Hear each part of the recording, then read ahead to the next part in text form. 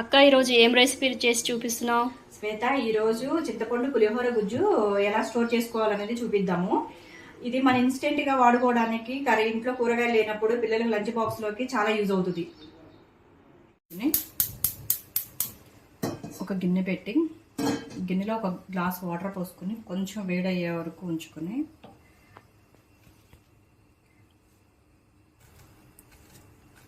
వేడైన వాటర్లో చింతపండు 150 గ్రాముల చింతపండు తీసుకున్నాను.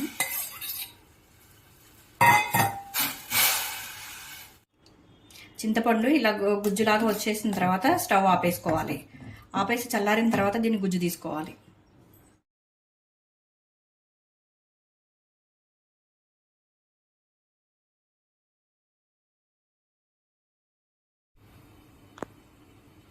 గిన్నె పెట్టుకుని మనం ఉడకపెట్టుకున్న గుజ్జు ఉంది కదా, ఇది మంచిగా గుజ్జు తీసేసుకుని బౌల్లో వేసేసుకుని పచ్చిమిర్చి వేసుకోవాలి సార్.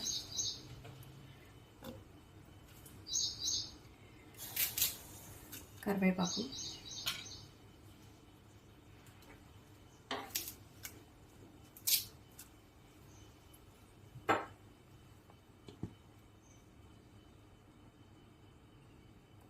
తగినంత పసుపు,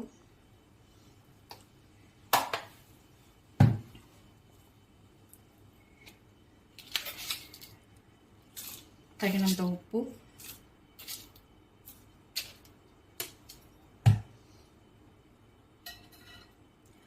2 టేబుల్ స్పూన్ ఆయిల్,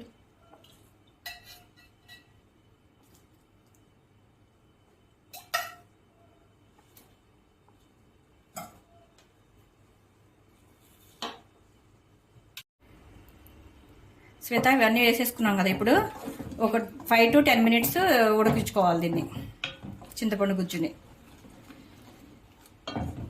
శ్వేత, చింతపండు గుజ్జు దగ్గరికి వచ్చిన తర్వాత ఒక స్పూన్ బెల్లం వేసుకు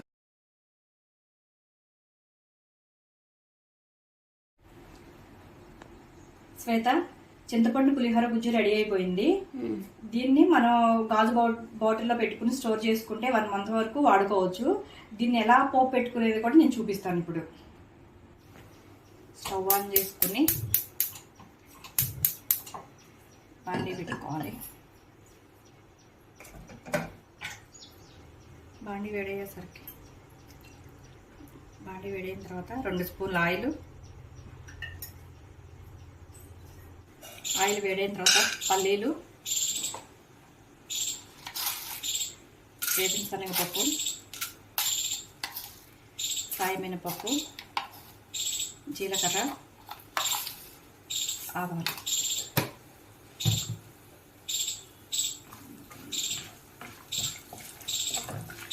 ఈ బ్రౌన్ కలర్ వచ్చే వరకు వేసుకోవాలి. కొంచెం ఇంగు వేసుకోవాలి. ఎండుమిరపకాయలు ముందేసుకుంటే మారిపోతాయి.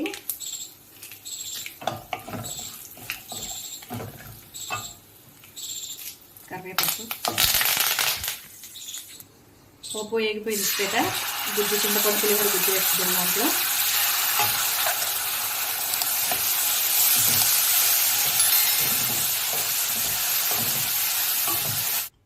పోపు రెడీ అయిపోయింది శ్వేత. దీన్ని రైస్ కలిపేసుకుందాం. దీంట్లో కమ్మని చింతపండు గుజ్జు పులిహోర రెడీ.